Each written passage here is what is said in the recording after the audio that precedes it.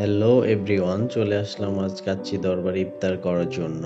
এই কাচ্চির গন্ধেই ক্ষুধা বেড়ে যাচ্ছে। তুমি কি এই কাচ্চি খেতে চাও? কমেন্টসে জানাও। চলে আসলাম বাসা থেকে বের হয়ে কাচ্চি দরবারে। তাদের সেট মেনু রয়েছে ইফতারের। 4টি সেট মেনু রয়েছে। আমরা প্রথমটি নিয়েছি ইফতারের।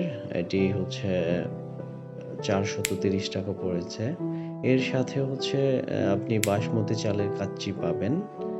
প্লাস ইনক্লুডিং আছে বাদামের শরবত, খেজুর, পানি, এগুলো ইনক্লুডিং আছে। এছাড়াও আপনি আলাদা আলাদা মেনু অ্যাড করতে পারবেন।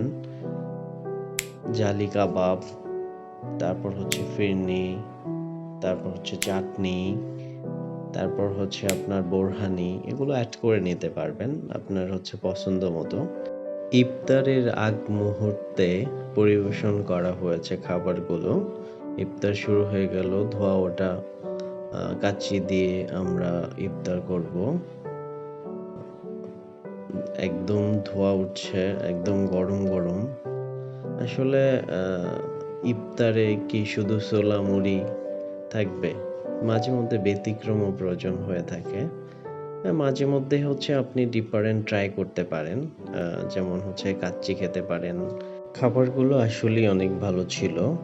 আমরা খাচ্ছি আর বিভিন্ন বিষয়ে কথা বলছি। আসলে আমাদের এর আগে কাচ্চিবাই, যেমন সুলতান ডাইন, এগুলোতে যাওয়া হয়েছে। কিন্তু কখনোই কাচ্চি দরবারে খাওয়া হয়নি বা কোনো ধরনের এক্সপেরিয়েন্স ছিল না। তাই নতুন ডিফারেন্ট কিছু ট্রাই করার জন্য ভাবলাম রমজানে ইফতার করি কাচ্চি দরবারে।